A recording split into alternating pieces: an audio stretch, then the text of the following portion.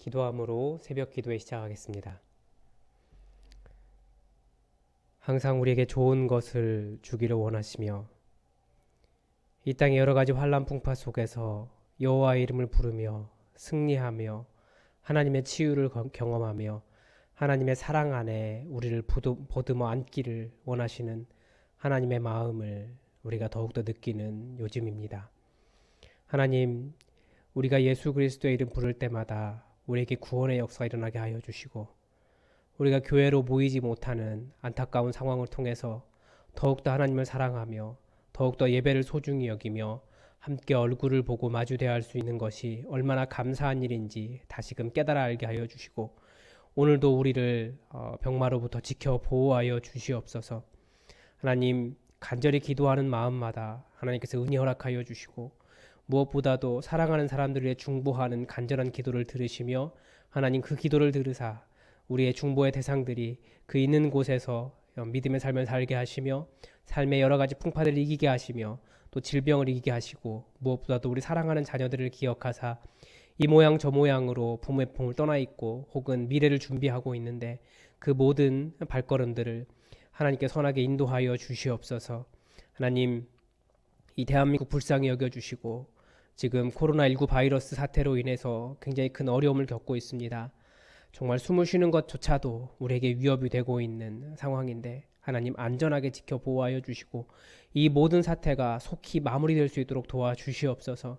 침체된 경기가 다시 일어나게 도와주시고 하나님의 도우시는 역사를 우리가 더욱더 경험케 하여 주시옵소서. 전국의 많은 교회들이 이 일을 종식시키고자 예배를 교회 문을 닫으며 온라인으로 예배를 드리고 어떻게든지 교회 정체성을 지키며 이 일들을 또 이루어 나가기를 노력하고 있사오니 이 모든 노력이 헛된 것 되지 않도록 함께하여 주시옵소서. 주님, 수고하며 애쓰는 모든 사람들 가운데 힘을 허락하여 주시고 속히 모두가 다 마무리될 수 있도록 도와주시며 이렇게 국가적인 위기가 정쟁의 도구나 혹은 싸움의 원인이 되지 않도록 하나님 이 나라를 안정되게 이끌어 주시옵소서. 우리 예수품안교회 하나님의 부흥 가운데 있게 하여 주시고 성령 충만하여 각 가정이 하나님의 아름다운 교회가 될 수 있도록 변화시켜 주시옵소서. 오늘도 주의 말씀을 기대하오며 예수 그리스도의 이름으로 기도드립니다. 아멘. 이 새벽 우리에게 주신 하나님 말씀은 마가복음 15장 4절에서 5절까지의 말씀입니다. 마가복음 15장 4절에서 5절까지의 말씀입니다.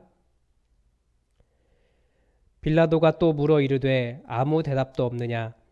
그들이 얼마나 많은 것으로 너를 고발하는가 보라 하되 예수께서 다시 아무 말씀으로도 대답하지 아니하시니 빌라도가 놀랍게 여기더라.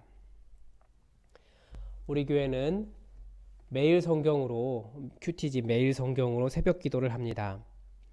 그런데 3월부터는 본문이 마가복음입니다. 그런데 지금 저희가 거의 매주일 마가복음을 가지고 주일 설교를 주일 말씀을 나누고 있습니다. 그래서 마침 이 기간이 사순절 기간이기 때문에 NCCK에서 제공한 사순절 묵상집의 본문을 따라서 예수님에 대해서 예수님이 하신 일에 대해서 하나씩 묵상하려고 합니다. 오늘 본문을 세번역 성경으로 다시 읽어드리겠습니다. 빌라도는 다시 예수께 물었다. 당신은 아무 답변도 하지 않소? 사람들이 얼마나 여러 가지로 당신을 고발하는지 보시오. 그러나 예수께서는 더 이상 아무 대답도 하지 않으셨다. 그래서 빌라도는 이상하게 여겼다. 오늘 설교의 제목은 하나님의 외침입니다.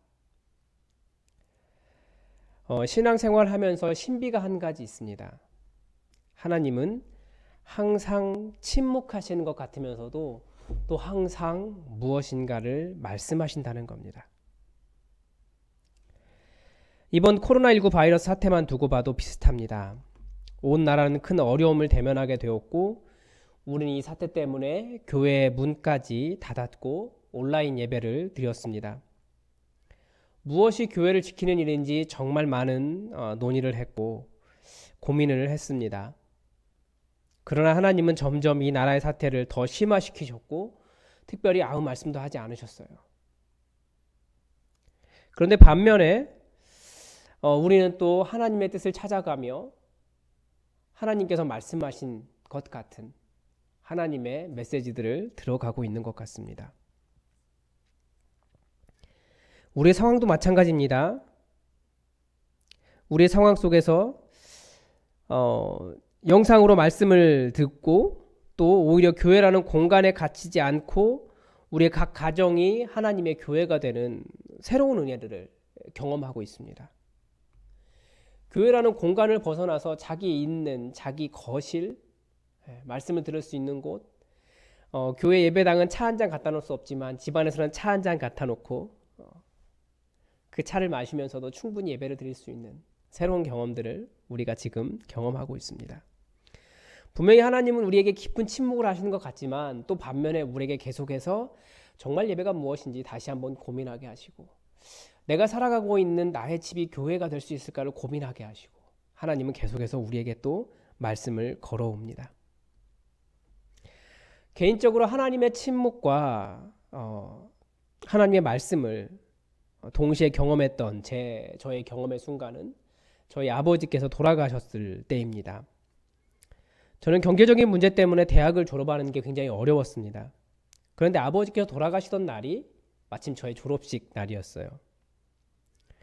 정말 하나님을 많이 원망했습니다. 여러 가지 이런 기가 막힌 타이밍은 하나님밖에 하실 수 없다라고 정말 많이 원망했습니다.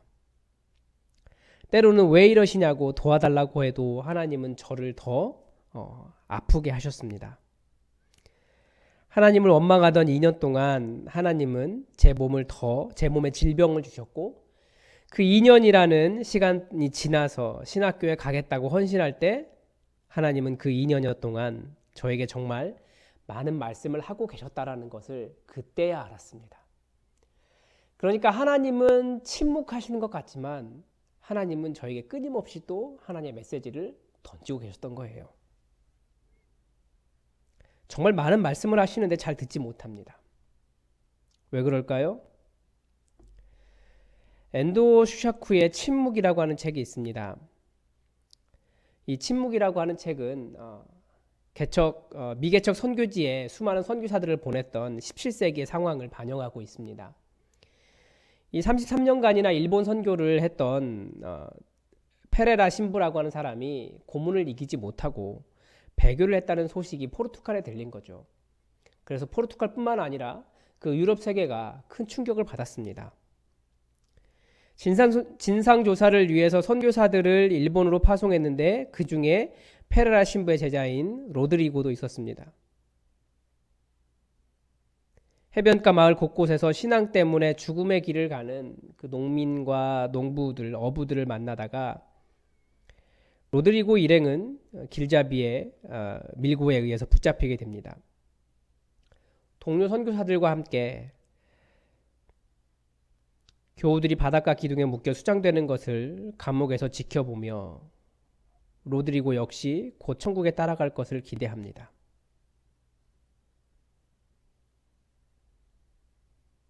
그때 스승 페레라가 로드리고에게 충격적인 이야기를 하죠. 일본의 하나님은 살아계시지 않는다고. 사람들은 하나님을 믿은 후에 다시 자기들의 방식으로 돌아가더라고.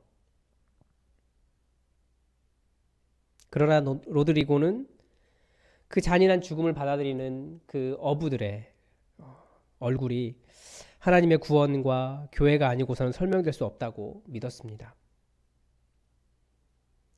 예수님의 성화인 후미에를 밟고 침을 뱉으라고 배교를 요구하는 그런 요구에 단호히 거절하고 감옥에서 로드리고는 밤마다 그렇게 수장되어 가는 사람들의 신음소리와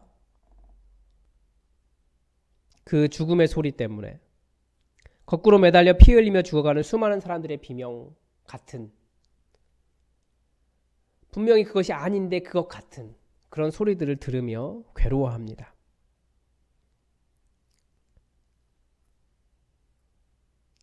순교할 것인가 아니면 배교해서 살아남을 것인가.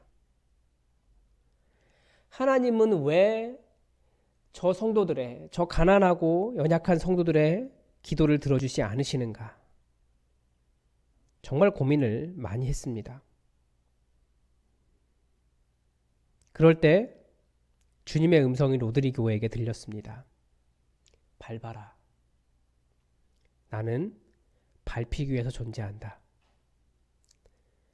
밟는 너의 마음이 더 아플 것이니 그것으로 충분하다.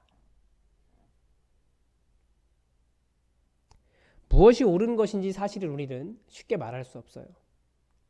하나님이 침묵하신다고 하지만 사실은 하나님은 침묵하시지 않고 더 누구보다도 더 괴로워하시는 분이십니다. 하나님은 침묵하는 것이 아니라 고통당하며 신음하고 있습니다. 바로 아무 말도 못하고 고통당하는 그 사람들과 함께. 하나님의 침묵은 어쩌면 아무 말도 하지 못하고 고통 속에서 신음하는 우리의 침묵, 우리의 영적인 침묵, 우리의 괴로움과 함께 하시기 때문일 겁니다. 오늘 본문 속에서 예수님은 빌라도의 질문에 침묵하십니다. 왜냐하면 예수님이 고통 가운데 있기 때문입니다. 이렇게 본다면 지금도 우리 예수님은 수많은 곳에서 수많은 사람들에게 말씀하고 계십니다. 그들에게는 아무 소리가 들리는 것 같지 않지만 하나님은 그들에게 말씀하고 계십니다. 지금도 하나님 저에게 어떻게 그러실 수 있습니까? 원망하는 그 사람과 함께 계시고 그들의 질문에 침묵하십니다. 그러나 그들과 함께 계시며 진짜 메시지가 무엇인지 그들의 고통과 함께 하시며 보여주고 계십니다. 이 사순절 기간 우리는 이 땅에 많은 비극을 봅니다. 많은 질병을 보고요. 정말 큰 어려움도 보고요. 어떻게 하나님 이러실 수 있습니까? 라고 하는 것들도 경험하고요. 그러나 그 모든 가운데 우리 주 예수님이 계십니다. 고통 가운데 있기 때문에 아무 말도 하지 못하시는 우리 예수님이 거기에 계십니다. 기도하겠습니다.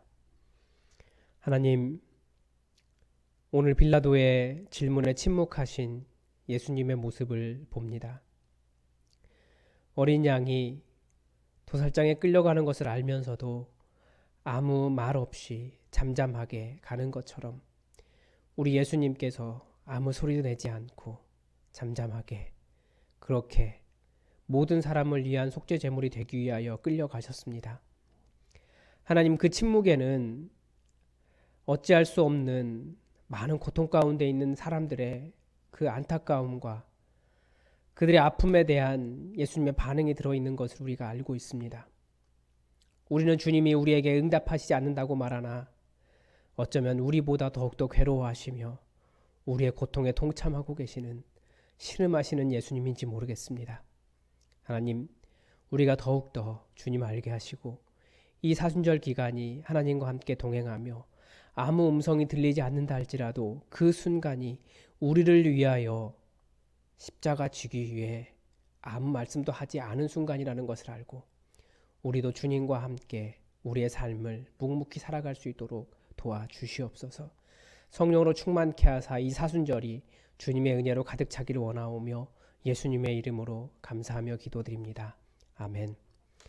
우리 시간 교회의 공동의 기도 제목 가지고 같이 기도하시겠습니다. 우리가 교회 문을 닫고 온라인으로 예배를 드렸지만 하나님께서 속히 이 모든 사태를 잠잠하게 해주셔서 우리가 함께 모여서 기쁨으로 예배하는 날을 허락해 달라고 기도합시다.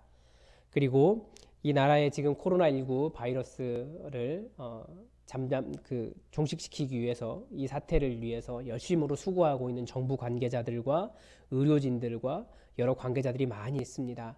그들의 노력이 헛되지 않도록 속히 이 모든 사태가 잠잠해질 수 있도록 기도합시다.